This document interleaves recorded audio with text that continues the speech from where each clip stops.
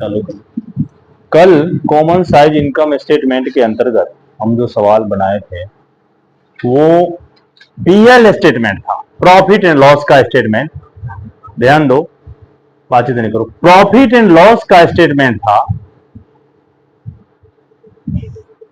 उसमें किसी भी अमाउंट को हम सेल से भाग दिए थे और प्रॉफिट एंड लॉस का स्टेटमेंट तैयार किए थे। लास्ट हम प्रॉफिट आफ्टर टैक्स या किसी सवाल में टैक्स रहता है तो टैक्स घटाते हैं, तो नेट प्रॉफिट बिफोर टैक्स और नेट प्रॉफिट आफ्टर टैक्स तक का कैलकुलेशन उसमें होता है और प्रत्येक अमाउंट में सेल से भाग देते हैं।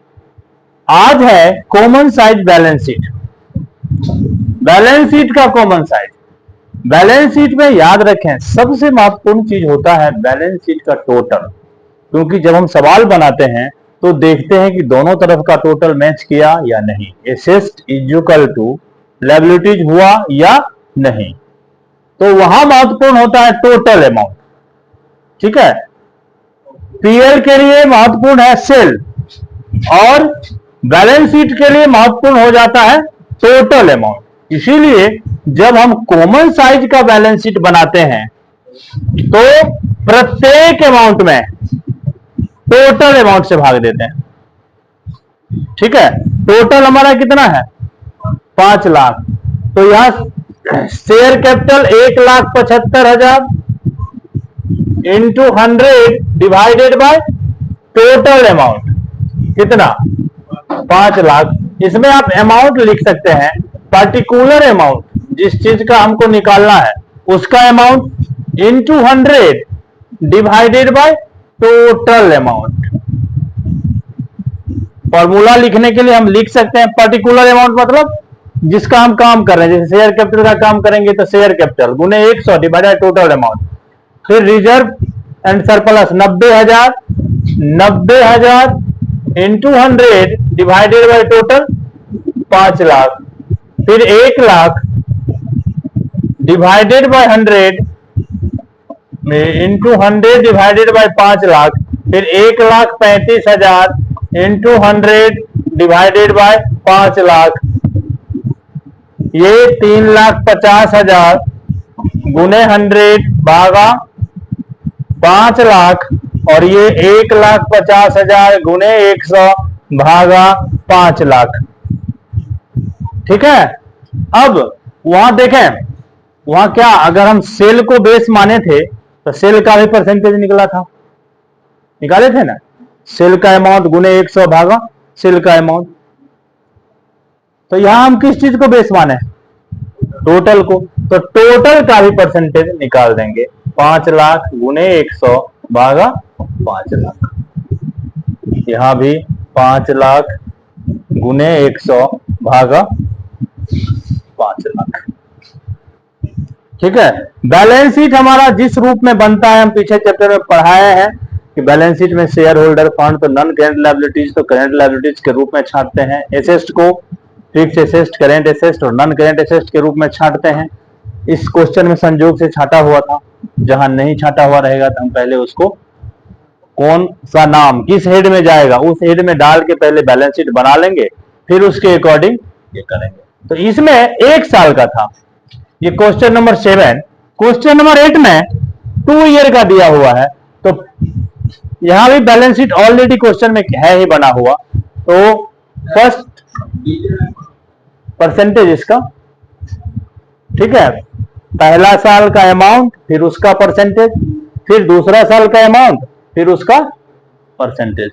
ठीक है, तो इसमें भी प्रत्येक अमाउंट में ध्यान दें, प्रत्येक अमाउंट में ये टोटल कितना है 50 लाख।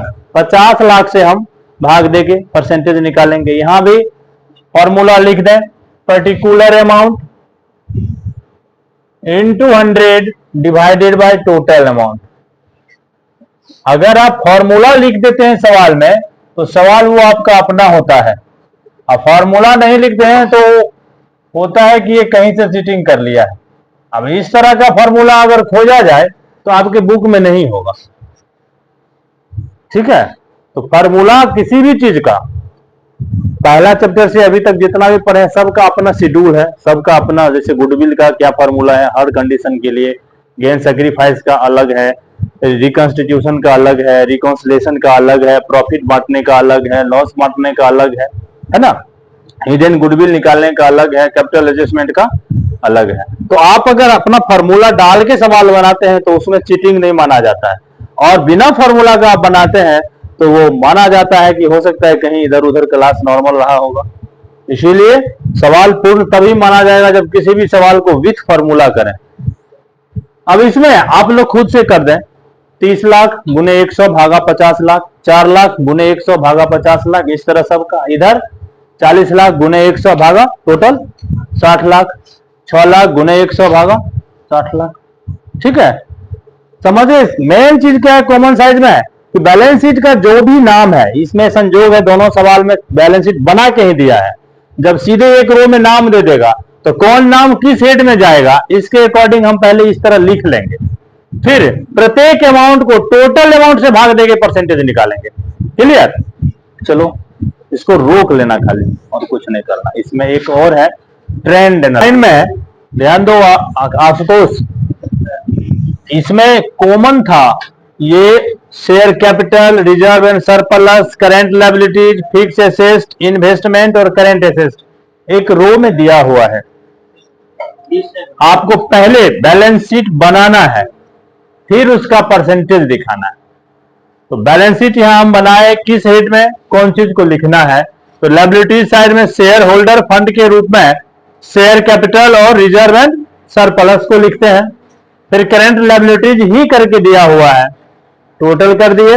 अब यहां आप लोग जो सॉल्व करेंगे इसके बाद कॉपी पे जब उतारेंगे, इसके बाद यहां परसेंटेज का कॉलम बनाएंगे, इसका परसेंटेज यहां निकाल देंगे। ठीक है, फिर इसके बाद इसका परसेंटेज का कॉलम निकालेंगे। क्लियर? हम सिर्फ यहां बैलेंस शीट बना दिए, आपको इसको सजाना है कि इसके बाद यहां परसेंटेज, फिर इसके बाद यहां परसेंटेज। ये एसेट था तो एसेट लिख दिए। अब ये क्वेश्चन नंबर 11 एक कॉपी का जो अपना रो है उसमें नहीं हटेगा, इसलिए कॉपी को घुमा देंगे, कॉपी को लंबा कर देंगे, लंबा फॉर्म में लिखेंगे। इसका नाम है, देखें अभी तक हम लोग पढ़ रहे थे कॉमन साइड, जिसमें प्रॉफिट एंड लॉस का कॉमन था और बैलेंस शीट का कॉमन था। तो प्रॉफिट एंड लॉस में हम कॉमन किए सेल को, प्रत्येक अमाउंट में सेल से भाग दिए। बैलेंस शीट के कॉमन में हम कॉमन किए बैलेंस शीट के टोटल अमाउंट को। तुम देर से आया समझ लो, किसी भी अमाउंट का परसेंटेज जो उतारा होगा उसमें देखना, जैसे 3 लाख है, इसका परसेंटेज निकालना है तो 3 लाख गुने 100 भागा 5 लाख। इसी तरह सब में जो टोटल है उसी से भाग देंगे। इसमें 8 लाख है तो 5,20,000 गुने 100 भागा 8 लाख। समझा? बैलेंस शीट के कॉमन में जो टोटल अमाउंट है उसमें पर्टिकुलर अमाउंट में से भाग देते हैं। ठीक है, ये ट्रेंड एनालिसिस है। ट्रेंड एनालिसिस में आपको बैलेंस शीट नहीं बनाना है, ना टोटल एसेट्स दिखाना है, ना टोटल लायबिलिटीज दिखाना है, ना प्रॉफिट निकाल के दिखाना है, ना लॉस निकाल के दिखाना है। जो अमाउंट जैसे है वैसे लिख डालो। ठीक है, अब करना क्या है, क्वेश्चन में लिखा हुआ है कि आपको किस ईयर को बेस मानना है, आपको किस ईयर के अमाउंट को बेस मानना है। तो क्वेश्चन सभी आदमी देखें, ये क्वेश्चन नंबर 11 में लिखा हुआ 2020 को बेस मानना है। ट्रेंड एनालिसिस इसका नाम है। ट्रेंड एनालिसिस मतलब बेस ईयर स्पष्ट रहता है, तो प्रत्येक अमाउंट में 2020 के अमाउंट से भाग देंगे, है ना। यहां जोड़ घटा हुआ टोटल प्लस से मतलब नहीं है।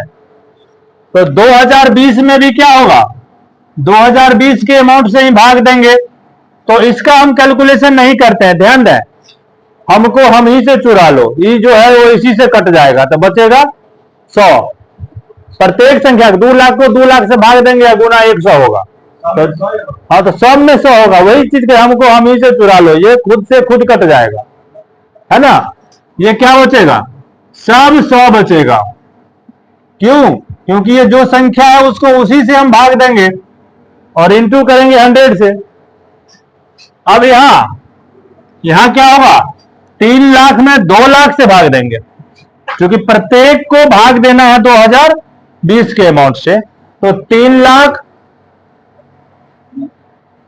लाख इंटू 100 भागा 2 लाख, ये कट के निकलेगा 150%। 1 लाख गुने 100 भागा इसके सामने 80,000 है। प्रत्येक का उसके सामने के अमाउंट से भाग देना है, प्रत्येक नाम का जो 2020 का अमाउंट है उससे भाग देना है, ये मिस्टेक नहीं हो।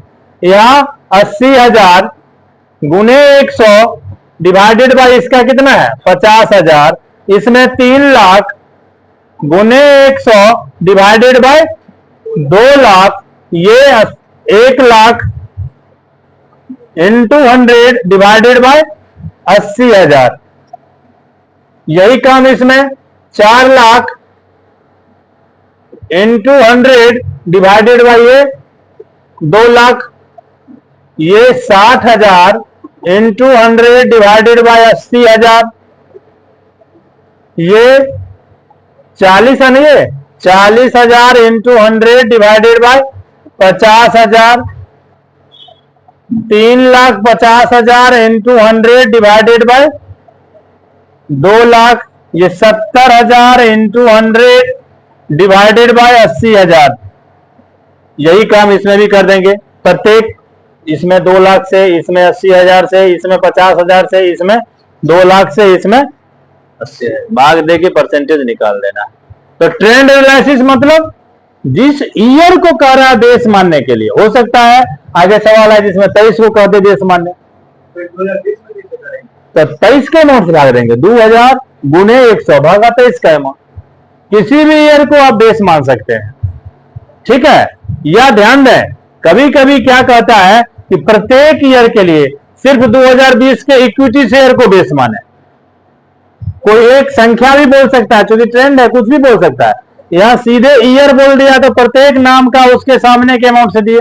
अगर इसी में बोल देता है सिर्फ शेयर कैपिटल को बेस मानिए 2020 के, तो प्रत्येक अमाउंट में 2020 के जो शेयर कैपिटल का अमाउंट है उससे भाग देंगे, समझे।